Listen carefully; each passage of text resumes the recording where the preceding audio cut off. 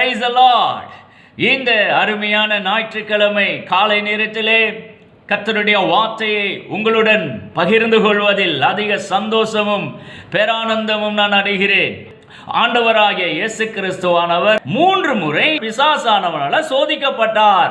ஒவ்வொரு முறை சோதிக்கப்படும் போதும் என்றும் எழுதியிருக்கிறதே, தேவனுடைய வாயிலிருந்து புறப்பட்டு வருகிற ஒவ்வொரு வார்த்தையினால் பிழைப்பான் என்று எழுதியிருக்கிறதே, உன் தேவனாய கர்த்தரை பரீட்சை பாராதிருப்பாயாக என்றும் எழுதியிருக்கிறதே, அவர் ஒருவருக்கே ஆராதனை செய்வாயாக என்றும் எழுதியிருக்கிறதே, என்றும் எழுதியிருக்கிறதே அப்படிங்கிற அந்த வேர்டு ஆழமா என் உள்ளத்திலே பதிந்தது பாருங்க.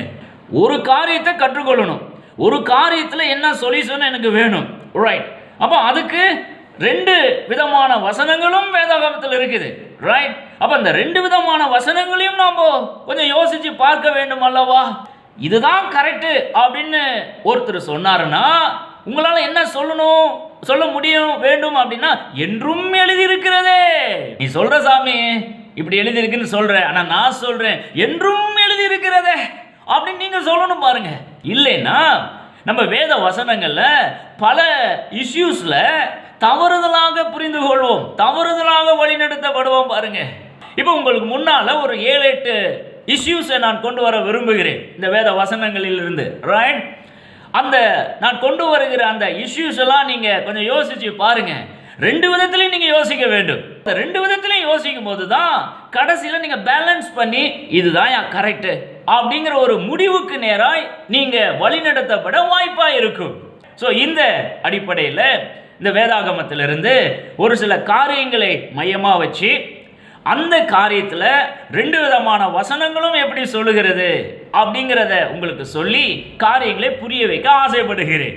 முதலாவதாக பரலோக ராஜ்யம் அப்படிங்கிற ஒரு காரியத்தை நான் காண்பிக்க விரும்புகிறேன். இந்த பரலோக ராஜ்யம் அப்படின்னு சொன்ன உடனே இன்றைய அளவும் ஏராளமான கிறிஸ்துவ விசுவாசிய உள்ளத்துல என்ன யோசிக்கிறாங்க அப்படின்னா, அதுதானே சார் செத்து போன பிறகு ஒரு இடத்துக்கு போவோம், அதுக்கு பேரு பரலோகம் அப்படின்னு சொல்றாங்களே, அதுதான் சார் அந்த ராஜ்யம்.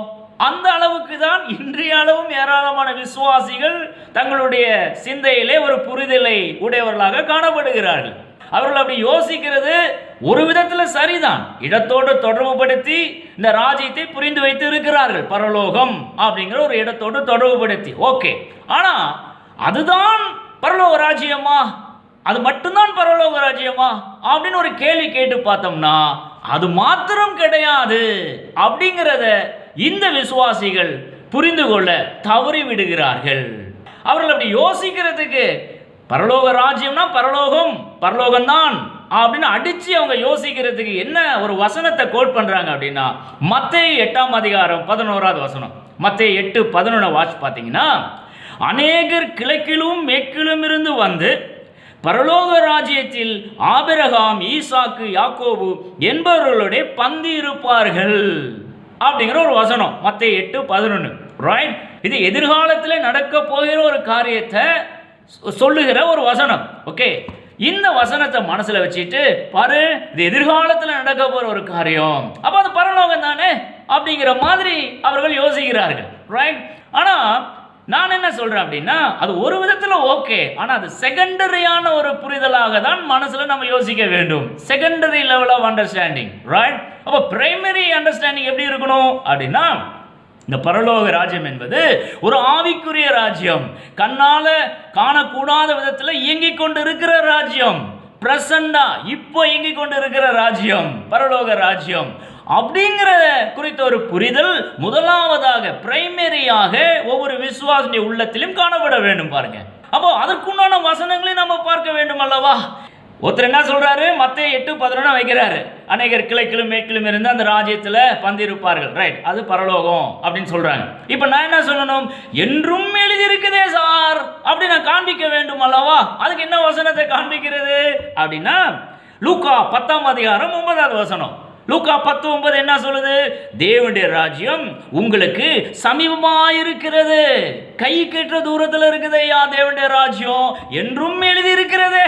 அப்புறம் லூக்கா 17ஆம் அதிகாரம் 20-21, தேவனுடைய ராஜ்யம் பிரத்யட்சமா வராது, உங்களுக்குள் இருக்கிறதே என்றும் எழுதி இருக்கிறதே. மத்தேயு 11:12 வாட்ச் பாருங்க. பரலோக ராஜ்யம் பலவந்தம் பண்ணப்படுகிறது. யாரெல்லாம் பலவந்தம் பண்ணுகிறார்களோ அவர்கள் அதை பிடித்து கொள்ளுகிறார்கள். பிரசன்ட் கண்டினியூஸ் பிடித்து கொள்ளுகிறார்கள். இந்த வீடியோவை பார்த்து கொண்டிருக்கிற நீங்க பலவந்தம் பண்ணினீங்கன்னா உடனே நினைக்கிற நேரத்தில் அந்த ராஜ்யத்துக்குள்ள ஸ்டெப் இன் ஆயிடலாம். பலவந்தம் பண்ணினீங்கன்னா பிடித்து கொள்ளலாம். Present continuous. அப்போ பரலோக ராஜ்யம் அப்படிங்கிற ஒரு காரியத்தை இந்த ரெண்டு விதங்களில் நம்ம யோசிக்க வேண்டும். மத்தேயு 8:11 பரலோக ராஜ்யம் பரலோகத்தோடு நீங்கள் ஒப்பிட்டு பார்க்கலாம், தப்பு ஒன்றும் இல்லை. அது செகண்டரி லெவல் ஆஃப் அண்டர்ஸ்டாண்டிங். அப்போ இதை ஒருத்தர் கோட் பண்ணும்போது இப்படியும் எழுதியிருக்கிறதே, பரலோக ராஜ்யம் கை கெட்டுற தூரத்தில் இருக்குதுன்னு எழுதியிருக்குதே, பலவந்தம் பண்ணுகிறவர்கள் அதை பிடித்து கொள்கிறார்கள் என்றும் எழுதியிருக்கிறதே. நான் சொல்றேன் பாருங்களேன், இந்த வேதாந்தத்தை வாசிக்கும் போது இந்த பேட்டர்ன்ல நீங்க வாசிங்கன்னா தான் காரியங்களுக்கு ஒரு சொல்யூஷன் கிடைக்கும் பாருங்க. அப்போ என்றும் எழுதியிருக்கிறதே அப்படிங்கிற அந்த டொமைன்குள்ள நீங்க போகாம விட்டுட்டீங்கன்னா உங்களுடைய நம்பிக்கை எப்படி இருக்கும்? மத்தேயு 8:11 உட்கார்ந்துட்டு இருக்கோம். செத்து போன பிறகு அவர் வருவாரு, அவர் அப்படியே கூட்டிட்டு போவாரு, அங்க போய் அவரோட நான் வாசம் பண்ணுவேன், தங்க வீதியில நடப்பேன், பரலோகத்துல வாசம் பண்ணுவேன்யா, அதுக்காக தான் நான் வாழணும் அப்படிங்கிற எண்ணம் மாத்திரம் உங்க மைண்ட்ல உட்கார்ந்துட்டு இருக்கும் பாருங்க. அது செகண்டரி லெவல் அண்டர்ஸ்டாண்டிங். பிரைமரி என்ன? என்றும் எழுதியிருக்கிறது, இப்பொழுதே ஒரு ராஜ்யத்துக்குள்ள நான் போகலாம், இந்த உலகத்தில் வாழ்கிற நாட்களிலேயே இந்த ராஜ்யத்துக்குள்ள இருக்கிற எல்லாவற்றையும் ஆண்டு என்னால் அனுபவிக்க முடியும், அனுபவிக்கலாம் என்றும் எழுதியிருக்கிறதே அப்படிங்கிற தகவலும் எனக்கு தெரிய வேண்டும் அல்லவா? ரைட். ரெண்டாவது காரியம் என்னன்னா, லூக்கா 14:26 லூக்கா 14:26 வாட்ச் பார்த்தீங்கன்னா, யாதொருவன் என்னிடத்தில் வந்து தன் தகப்பனையாவது தாயையாவது மனைவியாவது பிள்ளைகளையாவது சகோதரரையாவது சகோதரிகளையாவது தன் ஜீவனையாவது வெறுக்காவிட்டால் என் சீசனா இருக்க மாட்டான் அப்படின்னு ஒரு வசனம் இருக்குது. இந்த வசனம் இப்படி இருக்கு: கிறிஸ்துவுக்குள்ள வந்துட்டா உன் தாய் தகப்பன் சகோதர சகோதரர்கள் மனைவிமார்கள் பிள்ளைகள் தன் ஜீவன் எல்லாத்தையும் வெறுத்துறணும் ஐயா அப்படிங்கிற மாதிரி அந்த வசனம் சொல்லுதையா. அதுபோல நீ வாழணும் ஐயா, உன்னை நீயே வெறுத்து விடணும் ஐயா, தாய் தகப்பன்மாரெல்லாம் கண்டுக்கவே கூடாது, வெறுத்துடணும் அப்படிங்கிற மாதிரி ஏராளமான விசுவாசிகள் புரிந்து வைத்திருக்கிறார்கள் இந்த வசனத்தின் அடிப்படையில். ரைட். இப்போ இந்த தாய் தகப்பனை வெறுத்து விடு அப்படிங்கிற அந்த ஒரு பாயிண்டை மாத்திரம் இந்த வசனத்தில் நம்ம ஃபோக்கஸ் பண்ணுவோம். ஓகே, அப்போ தாய் தகப்பனை வெறுத்து விடு அப்படின்னு இந்த வசனம் சொல்லுறது. ரைட்டு. இது அதன்படி எடுத்துக்கொள்ளலாமா? கொஞ்சம் யோசிச்சு பார்க்கணும் அல்லவா? அப்போ உடனே உங்க மைண்ட் என்ன யோசிக்கணும்? என்றும் எழுதியிருக்கிறதே அப்படிங்கிற வசனம் எங்க இருக்குது? மைண்ட் யோசிக்கணும். எங்க எழுதியிருக்குது? யாத்ராம் 20:12 10 கட்டளைகள், 10 commandments சொல்லப்பட்டிருக்குது அல்லவா? யாத்ராம் 20:12. இன்னும் புதிய ஏற்பாட்டில் கூட இன்னும் சில இடங்களிலே பார்க்கலாம். அந்த வசனங்களை நீங்களே வாட்ச் கொள்ளுங்க. நான் இப்போதைக்கு யாத்ராம் 20:12 மாத்திரம் காண்பிக்கிறேன். அந்த 10 கட்டளைகள் என்ன சொல்லியிருக்குது? உன் நாட்கள் பூமியிலே நீடித்திருப்பதற்கு உன் தகப்பனையும் தாயும் கனம் பண்ணுவாயாக என்றும் எழுதியிருக்கிறதே. அப்போ ஒரு வசனம் உன் தாய் தகப்பனை வெறுத்து விடு அப்படின்னு இருக்குது. ஆனால் அது மீனிங் அது கிடையாது. அது ஒரு பாயிண்ட் நான் எக்ஸ்பிளைன் பண்ணுறேன். ஆனால் இந்த வசனத்துக்கு எதிர்மாறாக முரண்பாடாக இந்த பக்கம் இருக்கிற வசனம் என்ன? யாத்ராம் 20:12. அப்போ இந்த ரெண்டு வசனத்தையும் பேலன்ஸ் பண்ணி எப்படி நம்ம புரிந்து கொள்றது அப்படின்னா, வெறுப்புங்கிற வார்த்தை தான் இங்கே பிரச்சனை. ஹேட் அப்படிங்கிற மாதிரி புரிந்து கொள்றாங்க இல்லையா? உண்மையாலுமே அதுதான் சொல்லுதா? நல்லா புரிந்து கொள்ளணும். ரெண்டு வசனமும் இருக்குது நம்ம கண்ணு முன்னால. அப்போ எப்படி பேலன்ஸ் பண்ணி அதை புரிந்து கொள்றது அப்படின்னா, ஒரு காரியத்தை நான் சொல்லுகிறேன். இந்த ஹேட்டுங்கிற வார்த்தையை தூக்கிட்டு அதுக்கு ஈக்குவலண்டா என்ன வார்த்தையை சொல்லலாம் அப்படின்னா, லவ்விங் மோர் லவ்விங் லெஸ். இந்த வார்த்தை கரெக்டாக இருக்கும். Let me repeat the word. ஆங்கிலத்தில் loving more and loving less. கிறிஸ்துக்குள்ள வந்துட்டேன், ஏதேனும் ஒரு பிரச்சனை வீட்டுக்குள்ள வருது, ஓகே, உங்க குடும்பத்தில் நிகழ்கிறது, உங்களுக்கு நல்லா தெரியுது இந்த காரியம் கர்த்தருக்கு பிடிக்காது அப்படின்னு உங்களுக்கு நல்லா தெரியுது, உங்க ஆவியில உணர்றீங்க. ஆனா உங்க அப்பா அம்மா இல்ல இந்த காரியத்தை நீ இப்படிதான்டா செய்யணும், அது என்னடா எங்க பேச்ச நீ கேட்க மாட்டியா, என்ன கிறிஸ்துவனா மாறிட்டுனா இப்படியா நீ நடந்துக்குவ அப்படின்னு சொன்னாங்கன்னா நீங்க அந்த இடத்துல தெளிவா இருக்க வேண்டும். அப்போ லூக்கா 14:26 படி தகப்பனையும் தாயைக்கும் இந்த இடத்துல என்ன பண்ணணும்? வெறுக்காவிட்டால் அப்படிங்கிற வார்த்தையை மாற்றி உன் தகப்பனையும் தாயின் மேலையும் லெஸ்ஸாக குறைந்த அளவு அன்பு செலுத்து. எதோட கம்பேர் பண்ணும்போது? இயேசுவின் மேல் நீ வைக்கக்கூடிய அன்புக்கு ஒப்பிடும்போது தகப்பன் தாய் மேல அன்பை குறைந்த அளவு செலுத்து. ஏன்னா there is an issue in your home. இயேசுவா அப்பா அம்மாவா அப்படின்னு ஒரு சூழ்நிலை உருவாகும் போது யாருக்கு நீ முதலிடம் கொடுக்கணும்? யாரை நீ அதிகமாக நேசிக்க வேண்டும்? you have to love him more and you have to love your parent less. மோர் இங்க லெஸ் இங்க. அப்ப இந்த காரியத்துல இந்த விதத்துல நீங்க புரிந்து கொண்டீங்கன்னா தான் இந்த ரெண்டு வசனத்தையும் ஒன்னா சேர்த்து பேலன்ஸ் பண்ணி உங்களால காரியங்களை கற்றுக்கொள்ள முடியும். அப்போ லூக்கா 14:26 அதுக்கு இந்த சைடு முரண்பாடா யாத்ராம் 20:12 இப்படியும் எழுதி இருக்கிறதே, தாய் தகப்பன்மாரை வெறுக்காவிட்டால் ரைட் லூக்கா 14:26. ஆனா யாத்ராம் 20:12 என்ன சொல்லுது? உன் தகப்பனையும் உன் தாயையும் பூமியில உன் வாழ்நாள் நீடித்து இருப்பதற்கு கனம் பண்ணுவாயாக என்றும் எழுதியிருக்கிறதே. அப்ப இந்த வசனம் இருக்குதுன்னு தெரிஞ்சாதான், என்றும் எழுதியிருக்கிறதேங்கிற வார்த்தை தெரிஞ்சாதான் நீங்க கொஞ்சம் யோசிப்பீங்க, ஆகா ஆமா கரெக்டா தான் இருக்குது, அப்போ எப்படி நம்ம பேலன்ஸ் பண்ணி காரியங்களை நகர்த்தலாம் அப்படின்னு நீங்க யோசிப்பீங்க. ஓகே, மூன்றாவதாக உலகம் என்ற வார்த்தை, ரைட்? இந்த உலகம் என்ற வார்த்தையை மையமா வச்சு ஏராளமான வசனங்கள் இந்த வேதாகமத்திலே குறிப்பாக புதிய ஏற்பாட்டில் காணப்படுகிறது. பாருங்க, இந்த உலகம் என்ற வார்த்தையை இந்த நாளளவும் ஏராளமான விசுவாசிகள் தவறுதலாக புரிந்து கொண்டு இருக்கிறதுனால தான் உலகத்தை குறித்த எந்த கரிசனையும் இல்லாதவர்களாக வாழ்ந்து கொண்டு இருக்கிறார்கள். ஏன்னா வேதாகமத்தில் சொல்லி இருக்குது, சார் உலகத்தின் மேல் அன்பு செலுத்தக்கூடாது, உலகத்தை வெறுத்துடணும் அப்படின்னு சொல்லி இருக்குது சார் அப்படின்னு ஒரு தவறுதலான புரிதலுடையவர்களாக ஏராளமான விசுவாசிகள் காணப்படுகிறார்கள். அவர்கள் எல்லாம் ஒரு வசனத்தை எடுத்துக்கொண்டு இந்த மாதிரி தவறுதலான புரிதலுக்குள்ளாக வழிநடத்தப்படுகிறார்கள். இங்கதான் நம்முடைய பிரின்சிபலை கொண்டு வந்து அப்ளை பண்ணணும். என்றும் எழுதியிருக்கிறதே அப்படிங்கிற பாயிண்ட் இங்க கொண்டு வந்து காண்பிக்க வேண்டும். பாருங்க, எந்த கரிசனையும் இல்லை, உலகத்தை வெறுத்துரு வெறுத்துரு.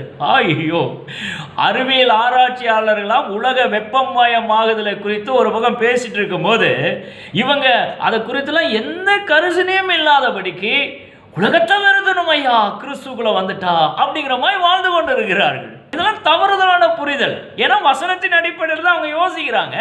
ஆனா அதற்கு ஈக்குவலண்டா இப்படியும் எழுதி இருக்கிறதே அப்படிங்கிற அந்த வசனத்தை பார்க்காதவர்களாய் காணப்படுகிறார்கள். எந்த வசனத்தை அவங்க பார்க்குறாங்க அப்படின்னா 1 யோவான் 2:15 அந்த வசனம் என்ன சொல்லுதுன்னா, உலகத்திலும் உலகத்தில் உள்ளவைகளிலும் அன்பு கூறாதிருங்கள். ஒருவன் உலகத்தில் அன்பு கூர்ந்தால் அவனிடத்தில் பிதாவின் அன்பு இல்லை அப்படின்னு சொல்லுகிற இந்த வசனத்தை இந்த சைடு வச்சுட்டு இருக்கிறாங்க. சார் உலகத்தில் அன்பு செலுத்தக்கூடாது சார், அன்பு கூறாதிருங்கள் இருக்குது சார். உலகத்திலும் உலகத்தில் உள்ளவர்களும் அன்பே கூறக்கூடாது சார். உலகத்தின் மேல அன்பு கூர்ந்தா பிதாவின் இடத்துல அன்பு இல்லைன்னு சொல்லி இருக்குது சார் அப்படிங்கிற மாதிரி யோசிக்கிறாங்க. இப்பதான் நம்ம பிரின்சிபலை அப்ளை பண்ணுவோம். என்றும் எழுதியிருக்கிறதே அந்த காரியத்துக்கு எந்த வசனத்தை நான் கோட் பண்ணலாம்? ஃபெமிலியரான வசனம் யோவான் 3:16 என்ன சொல்லுது? தேவன் தம்முடைய ஒரே பேரான குமாரனை விசுவாசிக்கிறவன் எவனோ அவன் கெட்டு போகாமல் நித்திய ஜீவன் அடையும்படிக்கு அவரை தந்தருளி இவ்வளவாய் உலகத்தில் அன்பு கூர்ந்தார். தம்முடைய சொந்த குமாரனை இந்த உலகத்துக்கு, நீங்க உலகத்தின் மேல் அன்பு கூற வேண்டாம் அப்படின்னு 1 யோவான் 2:15 வச்சுட்டு சொல்லிட்டு இருக்கீங்க இல்லையா, அந்த உலகத்தின் மேல அன்பு கூர்ந்து யாரு? தேவாதி தேவனே உலகத்தின் மேல அன்பு கூர்ந்து தன்னுடைய சொந்த குமாரனே தந்தருளி இருக்கிறார் ஐயா. அவர் 2 வசனத்தை யோசிச்சு பார்க்க வேண்டும் அல்லவா? இப்படியும் எழுதி இருக்கிறதே. 1 யோவான் 2:15 இப்படி சொன்னதுன்னா யோவான் 3:16 இப்படியும் எழுதி இருக்கிறதே. அப்ப கூர்ந்து கவனிக்க வேண்டிய ஒரு சமாச்சாரம் அல்லவா? அப்ப இது எப்படி பேலன்ஸ் பண்ணி பார்க்கிறது, அதை தான் நான் காண்பிக்க ஆசைப்படுகிறேன். ரைட்? உலகத்தில் அன்பு கூற வேண்டாம்னா என்ன சொல்ல வராரு யோவான் அப்படின்னா, அடுத்த வசனத்தை நீங்க வாசிக்கணும். ஒரு வசனத்தை மட்டும் வாசித்து விட்டு தவறுதலான புரிதலுக்குள்ளாய் போயிடக்கூடாது. 1 யோவான் 2:15 வாசிச்சேன். 16 என்ன சொல்லுது?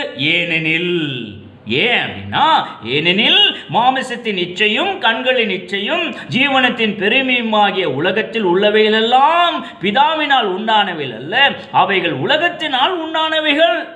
உலகமும் அதன் இச்சையும் ஒளிந்து போம், தேவனுடைய சித்தத்தின்படி செய்கிறவனோ என்றென்றைக்கும் நிலைத்திருப்பான். ஏனெனில் அப்படின்னு இருக்கு இல்லையா, அதை விட்டுருவாங்க. அப்போ இந்த ஒரு வசனம் 1 யோவான் 2:15 வச்சுட்டு உலகத்தின் மேல் அன்பு கூறக்கூடாது சார், பிதாவின் அன்பு போயிடும் சார் அப்படின்னு நீங்க சொன்னீங்கன்னா எந்த விதத்துல நியாயம்? கொஞ்சம் யோசிச்சு பார்க்கணும். இங்க பாருங்களேன், நாம வாழ்கிற இந்த உலகத்துல இயேசுவின் நாமத்தை தரித்து கொண்டு வாழ்ந்து கொண்டிருக்கிற உங்களையும் என்னையும் கொண்டுதான் இந்த உலகத்தை கர்த்தர் சீர்திருத்த விரும்புகிறவராய் காணப்படுகிறார். அவரே இறங்கி வந்து பிரத்யட்சமாய் வந்து எல்லாத்தையும் சீர்படுத்த மாட்டார். சீர்படுத்தக்கூடிய மிகப்பெரிய பொறுப்பை உங்க கையில கொடுத்திருக்கிறார், என் கையில கொடுத்திருக்கிறாரு. ஏராளமான விஞ்ஞானிகள் எல்லாம் இன்றைக்கு யோசிச்சு கொண்டிருக்கிறாங்க, இன்னும் நம்முடைய எதிர்கால தலைமுறைகள் எல்லாம் இந்த உலகத்தில் நல்லா வாழணுமே, உலகம் வெப்பமயமாகுதல் போயிடுச்சுன்னா எவ்வளோ பட்டணங்கள்லாம் அழிந்து போயிடுமே, அதுக்கெல்லாம் ஒரு வழியை இப்பயே நம்ம சரியாக ஏற்படுத்தணுமே அப்படின்னு அவங்க மண்டை பிச்சுக்கிட்டு ஒர்க் பண்ணிட்டு இருக்கிறாங்க. அந்த எண்டில் அவங்க வேலை பார்த்துட்டு இருக்கும்போது நாம் இங்கே பைபிளை வச்சுக்கிட்டு உலகத்தின் மேலே அன்பு கூறக்கூடாது, உலகத்தை வெறுத்துரு அப்படின்னு யோசிச்சுட்டு இருந்தா என்னையா நியாயம்?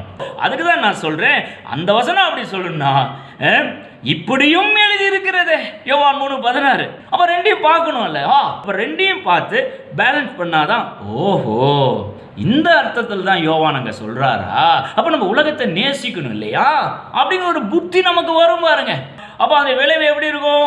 ரோட்டில் நடந்து போகிறீங்க, உங்கள் வீட்டில் இருக்கிற குப்பையெல்லாம் எல்லாரும் கண்ணா பின்னான்னு வெளியில் கொட்டுற மாதிரி நீங்கள் கொட்ட மாட்டீங்க. ஏன்னா நான் வாழ்கிற பூமி இது, இந்த பூமியை நல்லா வச்சுக்கணும், நான் வாழ்கிற சுற்றுப்புறத்தை நல்லா வச்சுக்கணும், அது மாதிரி தான் அந்த பூமியை கர்த்தர் படைச்சிருக்கிறார் அப்படிங்கிற அடிப்படை உணர்வும் எண்ணமும் நமக்கு வரும் பாருங்க. இல்லைன்னா I don't care about the world, உலகத்தை பற்றி நான் சட்டை படிக்கவே மாட்டேன், ஏதோ வாழ்கிறேன், பைபிள் படிப்பேன், சர்ச்சுக்கு போவேன், நான் உண்டு, என் வேலை உண்டு, ஸ்பிரிச்சுவல் லைஃப் உண்டு அப்படின்னு போயிடுவோம். தப்பையா? உலகத்தை நேசிக்கணும். என்னை கொண்டு உங்களை கொண்டு தான் இந்த உலகத்தை சீர்படுத்தும்படியாக பிதாவைய தேவன் நியமித்து இருக்கிறாரு. வியாரதி அம்பாசிடர். நம்ம வாழ்கிற அந்த சரௌண்டிங்கை நல்லா வச்சுக்கோ, ஓஹோ இந்த உலகத்தில் கர்த்தர் நம்ம வச்சிருக்கிறாரு, உலகத்தை நீட்டாக வச்சுக்கணும் அப்படிங்கிற ஒரு முயற்சியிலெல்லாம் ஈடுபடுவோம். இந்த விதத்தில் உலகத்தை நாம் நேசிக்க பழகிக்கொள்வோம். அப்போ இப்படியும் எழுதியிருக்கிறதே யோவான் 3:16 என்றும் எழுதியிருக்கிறதே அப்படிங்கிற காரியமும் தெரிந்திருக்க வேண்டுமா வேண்டாமா? கட்டாயம் தெரிந்திருக்க வேண்டும். இன்னொரு காரியம் 1 யோவான் 3:9 பாவம் செய்தல் அப்படிங்கிற ஒரு காரியம், பாவம் செய்தல். ஓகே, இந்த அருமையான ஒரு சப்ஜெக்ட். 1 யோவான் 3:9 அதை இந்த பக்கம் வச்சுக்கோ. 1 யோவான் 3:9 என்ன சொல்லுது? தேவனால் பிறந்த எவனும் பாவம் செய்யான், ஏன்னா தேவனால் பிறந்தபடியால் அவன் பாவம் செய்ய மாட்டான், தேவனுடைய வித்து அவனுக்குள்ள இருக்குது அப்படிங்கிற ஒரு தகவலை அந்த வசனம் சொல்லுது. 1 யோவான் 3:9 சொல்லுதுங்க, தேவனால் பிறந்தவனும் பாவம் செய்யார். ரைட். ஆனால் அதே 1 யோவான்ல 1ஆம் அதிகாரத்தை வாட்ச் பார்த்தீங்கன்னா 1 யோவான் 1:10 என்ன சொல்லுதுன்னா, நாம் பாவம் செய்யவில்லை என்போமானால் நாம் அவரை பொய்யராக்குகிறவர்களாயிருப்போம், அவருடைய வார்த்தை நமக்குள் இராது. இதே ஆதர் தான் சொல்றாரு 1 யோவான் 1:10. இன்னொரு வார்த்தை 1 யோவான் 1:8 வாட்ச் பார்த்தீங்கன்னா, நாம் பாவம் இல்லை என்போமானால் நம்மை நாமே வஞ்சிக்கிறவர்களாக இருப்போம், சத்தியம் நமக்குள் இராது அப்படின்னு சொல்றார் ஒரே ஆத்தர். அது எப்படி புரிந்து கொள்றது? என்னையா அவர் சொல்றாரு? நீங்க யோசிச்சு பார்க்கணும். என்னைக்காச்சும் யோசிச்சு பார்த்தீங்களா? இன்னைக்கு யோசிச்சு பாருங்க, என்ன சொல்ல வர்றாரு இந்த யோவான் அப்படின்னா, 1 யோவான் 3:9 சொல்லப்பட்ட வசனமானது ஏற்கனவே கிறிஸ்துவை சொந்த தெய்வமாக ஏற்றுக்கொண்டு வாழ்ந்து கொண்டிருக்கிற ஒரு விசுவாசிக்காக சொல்லப்படுகிற ஒரு வசனம் அது. ஏன்னா வசனத்தை நல்லா பாருங்க, தேவனால் பிறந்த எவனும், ஏற்கனவே பிறந்துட்டான் அவன், தேவன் உள்ள இருக்கிறாரு, இயேசு உள்ள இருக்கிறாரு, தேவனுடைய வித்து உள்ள உட்கார்ந்துட்டு இருக்குது. தேவனால் பிறந்த எவனும் பாவம் செய்யான். அப்போ ஒரு விசுவாசிக்கு சொல்லப்படுகிற வார்த்தை 1 யோவான் 3:9. ஆனா 1 யோவான் 1:8 மற்றும் 10 ஆகிய 2 வசனங்களும் இன்னும் கிறிஸ்துவுக்குள் வராமல் இருக்கிற அவிசுவாசியாய் வாழ்ந்து கொண்டிருக்கிற அந்த பொது ஜனங்களுக்கு சொல்லப்படுகிறதான வார்த்தை. இயேசு நல்லவரும் வல்லவரும் சொல்றோம், அதெல்லாம் நான் நம்ப மாட்டேன், விசுவாசிக்க மாட்டேன், எனக்குள்ள பாவம் இருக்குன்னு என்னையா சொல்ற, எனக்குள்ள எந்த பாவமும் இல்லை அப்படின்னு இயேசுவை விசுவாசிக்க மறுத்து கொண்டு ஒரு கூட்டம் நின்று கொண்டு இருக்குது அல்லவா? அவர்களுக்கு சொல்லப்படுகிற வார்த்தை 1 யோவான் 1:8 மற்றும் 10. அவனை பார்த்து யோவான் சொல்றாரு, என்ன சொல்றாரு? நாம் பாவம் இல்லை என்போமானால், எனக்குள்ளெல்லாம் பாவம் இல்லை நீ சொல்லிட்டு இருக்காதையா, உனக்குள்ளெல்லாம் பாவம் இல்லை அப்படின்னு சொன்னேன்னா உன்னை நீயே வஞ்சித்துக் கொள்ளுகிறாய், சத்தியம் உனக்குள்ள இராது அப்படின்னு அந்த பொது ஜனங்களுக்கு சொல்லப்படுகிறதான வார்த்தை. அப்ப இதை நல்லா புரிந்து கொள்ள வேண்டும் அல்லவா? 1 யோவான் 3:9 இந்த சைடு, இந்த சைடு 1 யோவான் 1:8 மற்றும் 10 என்றும் எழுதியிருக்கிறதே அப்போ ரெண்டும் வச்சு பேலன்ஸ் பண்ணி பார்க்கும்போது தான் ஓஹோ இது இப்படி சொல்லியிருக்குதா, ஓகே ஓகே இப்போ எனக்கு புரியுது அப்படின்னு ஒரு புரிதலுக்கு நேராக நீங்கள் வழி நடத்தப்பட வாய்ப்பு இருக்கும். ஏராளமான காரியங்கள் இந்த லைனில் பார்க்கலாம். கடைசியாக ஒன்று சொல்லி முடிக்க விரும்புகிறேன். பணம், மணி, பணத்தை குறித்து எப்படி நம்ம யோசிக்கணும் அப்படி. இதில் தான் நிறைய ஏராளமான விசுவாசிகள் குறைவு உள்ளவர்களாக, அண்டர்ஸ்டாண்டிங் புரிதலில் குறைவு உள்ளவர்களாக காணப்படுகிறார்கள். அவங்க என்ன வசனத்தை கோட் பண்ணி, பணமெல்லாம் வேண்டாம், நான் கிறிஸ்துக்குள்ளே இருக்கிறேன், கிறிஸ்துவ வாழ்க்கை வாழ்கிறேன், பணத்தை நான் வெறுக்கிறேன், காசு பணம்லாம் எனக்கு வேண்டாம் அப்படின்னு எந்த வசனத்தை வச்சுட்டு அவங்க மைண்டில் யோசிக்கிறாங்க அப்படின்னா 1 தீமோத்தி 6:10, புதிய ஏற்பாட்டில் 1 தீமோத்தி 6:10 அந்த வசனம் என்ன சொல்லுது? பண ஆசை எல்லா தீமைக்கும் வேறா இருக்கிறது அப்படிங்கிற வார்த்தை. பண ஆசை எல்லா தீமைக்கும் வேறா இருக்கிறது. இந்த பண ஆசை இருந்ததுன்னா அவர்கள் தங்களை தாங்களே உருவ குத்தி கொள்கிறார்கள் அப்படிங்கிற மாதிரி தீமோத்தி சொல்றார். 1 தீமோத்தி 6:10. இது மாதிரி ஏராளமான வசனங்கள் இருக்குதுங்க இந்த லைன்ல. அந்த வசனங்கள்லாம் ஒன்னா எடுத்து வச்சுக்கிட்டு பாரு ஒரு விசுவாசியா நீ வந்துட்டுனா பணத்தை நேசிக்க கூடாது, அது என்ன பணம் காசு அதெல்லாம் வேண்டாம், கர்த்தர் மேல இருந்து தொப்புன்னு போடுவார் எனக்கு அப்படிங்கிற மாதிரி இந்த மண்டையில யோசித்து கொண்டு ஏராளமான விசுவாசிகள் காணப்படுகிறார். முற்றிலும் தவறு. நான் சொல்லுகிறேன், பணத்தை நீங்க சம்பாதிக்க வேண்டும். பணத்தை சம்பாதிக்கக்கூடிய திராணியை, அந்த கேலிபரை, அந்த ஸ்கில்லை உங்களுக்குள் கர்த்தர் கொடுத்து இருக்கிறாரு. ஸோ 1 தீமோத்தி 6:10 வச்சுட்டு பண ஆசை எல்லாத்தையுமே வேற இருக்குது, அதனால பணம் காசுலாம் வேண்டாம் அப்படிங்கிற மாதிரி ஏராளமான விசுவாசிகள் தங்கள் வாழ்க்கையின் முன்னேற்றத்துக்கு ஏதுவான காரியங்களையே யோசிக்காதவர்களாக காணப்படுறாங்க. எவ்வளோ பேத்தட்டிக்கான ஒரு சிச்சுவேஷன் பாருங்க. ஆனால் என்றும் எழுதி இருக்கிறதே, அந்த பாயிண்ட்டுக்கு வரேன். பிரசங்கி 10:19 அந்த வசனத்தை பார்த்தீங்கன்னா, பணமோ எல்லாவற்றுக்கும் உதவும். இந்த வசனம் எங்கேயா இருக்குது? அதே பைபிளில் தான் இருக்குது. ஈவன் 1 கொரிந்தியர் 8ஆம் அதிகாரம் இதெல்லாம் வாட்ச் பார்த்தீங்கன்னா தெரியும். பணத்தை சேகரித்து ஊழியங்களுக்காகலாம் பவுல் மெட்டிகுலஸாக கால்குலேட் பண்ணி ஆங்காங்கே சபைகளுக்கு அனுப்புவார் பாருங்க. அந்த தகவல்லாம் 1 கொரிந்தியர் 8, 9 ஆகிய அதிகாரங்களை நீங்கள் பார்க்கலாம். அதுக்குள்ளெல்லாம் போக வேண்டாம், ரைட்? அப்போ இந்த 1 தீமோத்தி 6:10 வச்சுக்கிட்டு அது அந்த லைனில் இருக்கிற எல்லா வசனங்களையும் வச்சுட்டு பண ஆசை ரொம்ப தீமையா அப்படின்னு இருக்கிறவங்க எவ்வளோ பேர் இருக்கிறாங்க. தப்பு.